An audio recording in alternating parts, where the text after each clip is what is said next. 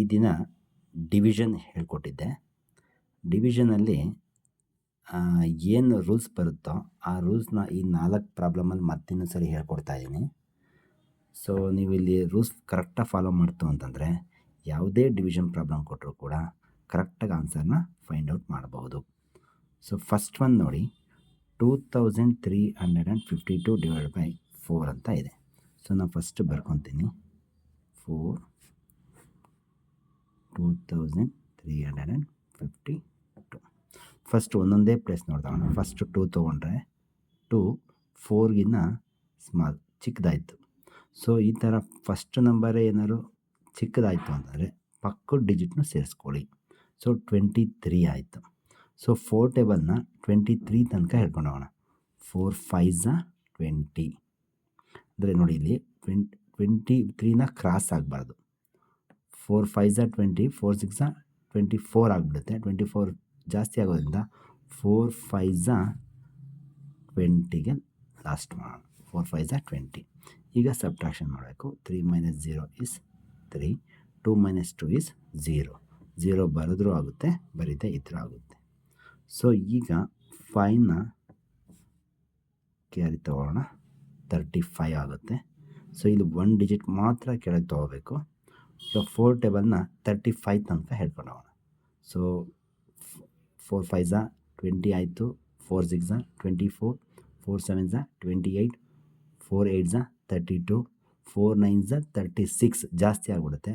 So ನಾವು ಹಿಂದಕ್ಕೆ ಬಂದರೆ 4 8s 32 ಇಲ್ಲಿಗೆ ಸ್ಟಾಪ್ ಮಾಡಬೇಕು. ಸೊ ಈಗ 5 - 2 is 3, 3 - 3 is 0.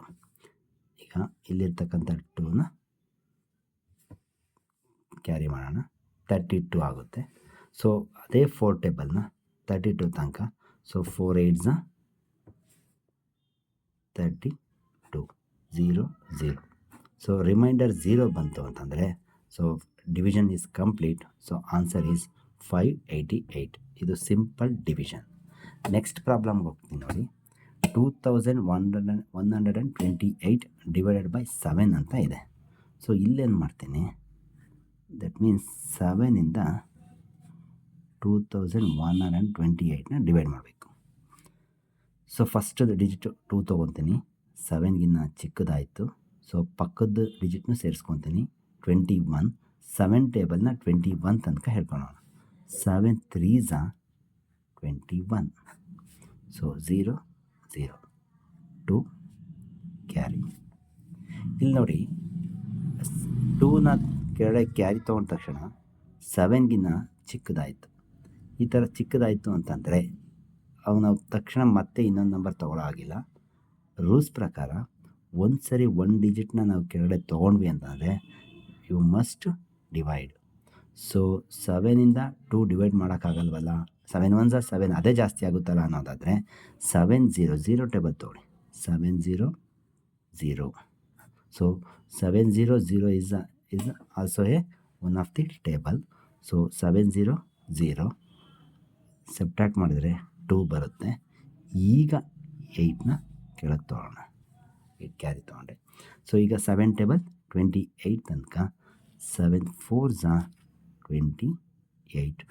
ಈಗ division complete. So answer is 304. So next ಇನ್ನೊಂದು ಪ್ರಾಬ್ಲಮ್ ತೊಗೋತೀನಿ. 661 ಡಿವೈಡ್ ಬೈ 11 ಅಂತ ಇದೆ. ಸೊ ನೋಡಿ, 11ಇಂದ 661ನ ಡಿವೈಡ್ ಮಾಡಬೇಕು. ಇಲ್ಲಿ ಸಾಕಷ್ಟು ಮಿಸ್ಟೇಕ್ ಏನು ಮಾಡ್ತೀರಾ ಅಂತಂದರೆ 11 6 66 ಅಂತ ಬರೆದ್ಬಿಟ್ಟು 0 0 1 ಕ್ಯಾರಿ ಮಾಡ್ತೀರಾ. 1 ಬಂತು, ಸೊ ಟೇಬಲ್ ಇನ್ನು ಮುಂದಕ್ಕೆ ಹೇಳೋಕ್ಕಾಗಲ್ಲ ಅಂದ್ಬಿಟ್ಟು ಇಲ್ಲಿಗೆ ಸ್ಟಾಪ್ ಮಾಡ್ತೀರಾ. ಇದು ರಾಂಗ್ ಮೆಥಡ್. ಇಲ್ಲೇನು ಮಾಡಬೇಕು ಅಂತಂದರೆ 11 6 66 0 0. ಒಂದು ಸರಿ 1 ಡಿಜಿಟ್ನ ಕೆಳಗೆ ನೀವು ಕ್ಯಾರಿ ಮಾಡಿದ್ರಿ ಅಂತಂದರೆ ಯು ಮಸ್ಟ್ ಡಿವಿಷನ್ ಮಾಡಲೇಬೇಕು. ಸೊ ಅದಕ್ಕೋಸ್ಕರ ನಾನು ಏನು ಮಾಡ್ತೀನಿ, ಕ್ಯಾರಿ ಮಾಡಿದ್ದೀನಿ. ಈಗ ಇದು ರಿಮೈಂಡರ್ ಆಗಲ್ಲ, ಯಾಕೆಂದರೆ ನೀವು ಇಲ್ಲಿ ಮೇಲೆ ಇರ್ತಕ್ಕಂಥ ಡಿಜಿಟ್ಸ್ನ ಕೆಳಗಡೆಗೆ ಡೌನ್ ತೊಗೊಂಡಿದ್ದೀರಾ ಅಂತಂದರೆ 11 ಟೇಬಲ್ನ 1 ತನಕ ಹೇಳಲೇಬೇಕು. ಸೊ ಚಿಕ್ಕದಾಯಿತು ಅಂತಂದರೆ 11 0 0, ಈ ಥರ ಕಳೆದುಬಿಟ್ಟು ನೀವು ಸ್ಟಾಪ್ ಮಾಡಬೇಕು ಹೊರತು ಇಲ್ಲಿಂದ ಕೆಳಗಡೆಗೆ ಡೌನ್ ಮಾಡಿಕೊಂಡು ಸ್ಟಾಪ್ ಮಾಡೋವಾಗಿಲ್ಲ. ಇದು ಡಿವಿಷನ್ ರೂಲ್.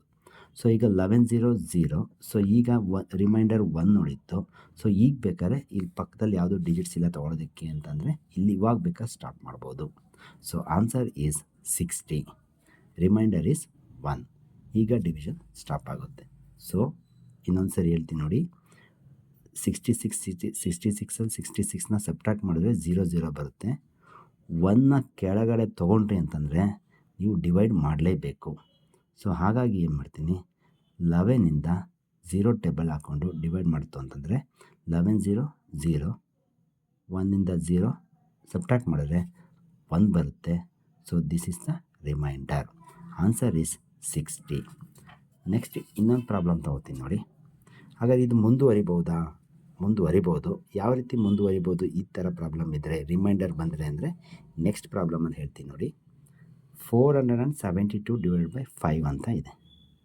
ಸೊ 5ಇಂದ 472ನ ಡಿವೈಡ್ ಮಾಡಬೇಕು.